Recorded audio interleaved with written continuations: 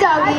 हुस्न इतनी बड़ी दलील नहीं कि वकार, काहिल, निकम्मे, बेकार, सुस्त और नाअहल लोगों का खुद एहतसाबी की बजाय नाकामी का जिम्मेदार तकदीर, नसीब, मुकद्दर और किस्मत को ठहराना रीत इस नगर की है और जाने कब से है।